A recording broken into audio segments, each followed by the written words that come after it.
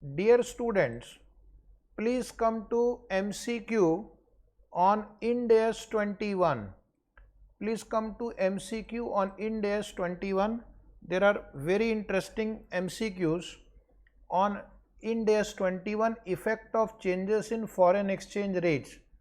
Let us see your preparation level for the exam. These are high quality MCQs. Check your level of preparation. Question number 1. Which of these consideration would not be relevant in determining the entity's functional currency? Which of them is not relevant in determining functional currency? Option A, currency that influences the cost of the entity, currency in which finance is generated, currency, all paragraphs are important. The currency in which receipts from operating activities are retained, and the next is the currency which is internationally acceptable for trading. This is not relevant consideration. First three are important for determining functional currency.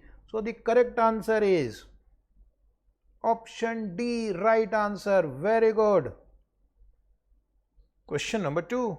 Foreign operations that are integral part of the operations of the entity would have the same functional currency as the entity. They are called extension of the reporting entity, right? Where a foreign operation functions independently from the parent. Foreign operation functions independently from the parent. They are not an extension. The functional currency of the foreign operation will be answer option A, that of the parent. B, determined using the guidance for determining an entity's functional currency. C, that of the country of incorporation. And D, the same as presentation currency.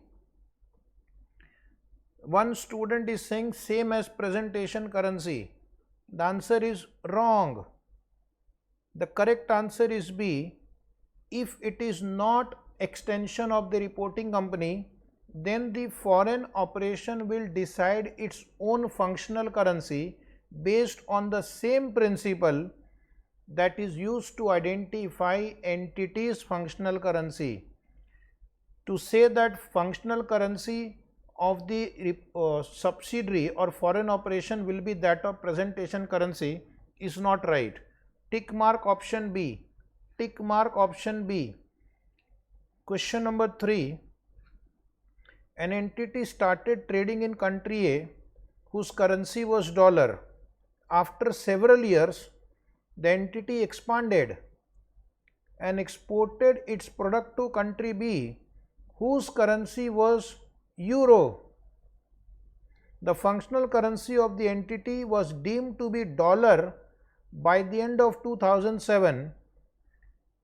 But by the end of 2007, 80% of the business was conducted in country B using euro. So old functional currency dollar, new functional currency euro. At the end of 2006, 30% of the business was conducted in euro. Now 80% business is conducted in euro. What should be the functional currency now? What should be the functional currency now? Should it remain US dollar? Should it change to euro at the beginning of 2007? Should it change to euro at the end of 2007? Should it change to euro at the end of 2007? If it is considered that the underlying transaction, events and condition of business have changed. What is the right answer? Should it remain dollar or should we change it to euro if the underlying condition, transactions and events have changed? So the answer is D. Functional currency can change if the underlying event, transaction, condition have changed, and that has happened at the end of 2007. Tick mark option D. Now try your luck. Question number 4. See how much you have learned. An entity started trading in country A, whose currency was the dollar. After several years, the entity expanded and exported the product to B, whose currency was euro. The business was conducted through a subsidiary in country B. The subsidiary is essentially an extension of the entity's own business, and the directors of the two entities are common. The functional currency of the subsidiary is the functional currency of the subsidiaries. The functional currency of the subsidiary, if it is an extension of the parent, will be same as the functional currency of the parent. And what is the functional currency of the parent? The functional currency of the parent is dollar. Functional currency of the parent is dollar. So what will be the functional currency of subsidiary if it is only an extension? The answer is A, dollar. It will have dollar as functional currency, as it is an extension of the parent company. Question number 5. An entity purchases plant from a foreign supplier for euro 3 million on 31st January 2006, when the exchange rate was euro 2 equal to $1. So you are going to purchase a plant account debit to supplier account. As on 31st March 2006, year ending date, the amount has not been paid. The closing exchange rate is euro 1.5 equal to $1. Entity's functional currency is dollar. Which of the following statement is correct? If the entity's functional currency is dollar, I have to convert euro 3 million into dollar on the date of acquisition, when exchange rate is euro 2 equal to $1. So please tell me how much is the equivalent amount here. The equivalent amount is 1.5. Plant is a non-monetary item. It will not be revalued unless the company follows revaluation model, but supplier will be revalued. So closing rate is given 1.5. 3 divided by 1.5. Now the value of the closing creditor will be 2, recorded at 1.5. So exchange difference will come 0.5 to supplier of plant 0.5. These are the two entries I will pass. I have not read the answer. Now I will read the answer and see which is correct. Cost of the plant $2 million. Our answer is 1.5. So this option cannot be right. Cost of the plant is 1.5 million. This is right. Exchange loss is 0.6 million. This is wrong. Trade payable is $2 million. This is right. But this part is wrong. So this option can also not be right. Cost of the plant 1.5. Exchange loss 0.5. Trade payable 2. This option seems to be right. Next one is wrong because cost of plant is $2 million. So the correct answer is option C. First, mentally you should do this exercise and then check whether any option satisfies your answer. The answer C was right. Question number 6. An entity acquired all the share capital of a foreign entity at a consideration of euro 9 million on 30th June. The fair value of the net asset was euro 6 million and you have acquired 100%. No NCI. Goodwill will be 3 euro on the date of acquisition. The functional currency is dollar. The financial year ends on 31st December 2006. exchange rate on June 30, 2006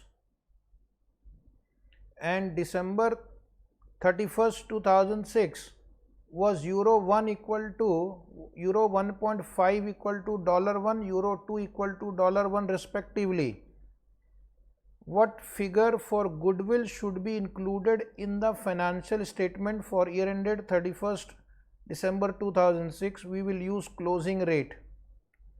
Closing rate is euro 2 equal to $1. So euro 3 will be equal to 3 divided by 2, $1.5. Goodwill should appear at $1.5. Goodwill should appear at $1.5. Please check. Goodwill $1.5. Option C is right. Option C is right. You can note down this calculation if you want. This itself can be a 4-mark question in the exam if the option was not provided to you. It can be an independent 4-mark question for you in the exam. Okay, now we'll try question number 7. An entity has a subsidiary that operates in foreign country. The subsidiary sold goods to parent. Upstream transaction. Subsidiary to parent is called upstream transaction. The cost of the good to the subsidiary was euro 1.2 million. The goods were recorded by the entity at the subsidiary. This is the cost. What is the selling price? Selling price is 2.1 million euro. What is the profit? Profit is 0.9 million euro. Profit is 0.9 million euro. Next line. The goods were recorded by the entity at $1.05 million when the rate was $2 equal to 1. Is it right?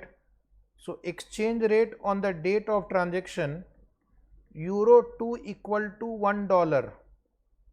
So unrealized profit will be 0.9 million euro divided by 2 to convert into dollar. You will get 0.45 million euro. 0.45 million euro is the answer, sorry, dollar is the answer. Multiplied by 10 lakh, you will get $4,50,000. In case of upstream transaction, do not look at the closing rate. Do not look at closing rate. Parent's inventory are not measured at closing rate. Therefore, closing rate given is not useful. That is given to confuse you. What is the value of the intra-group profit? That will be eliminated. The answer is 4,50,000. If any interested candidate wants to write the calculation, he can write it. He can write it. Is it right? But in your book also I have given you the calculation. You can check it from there also. So this completes our discussion on MCQ. The answer C was right. Thank you very much for joining me today for this MCQ session. Please join, subscribe our YouTube channel because we are going to add more MCQs on other topics on routine basis. As the lectures are getting uploaded or recorded, we are uploading it on our YouTube channel. Okay, so thank you very much and see you soon. Bye bye.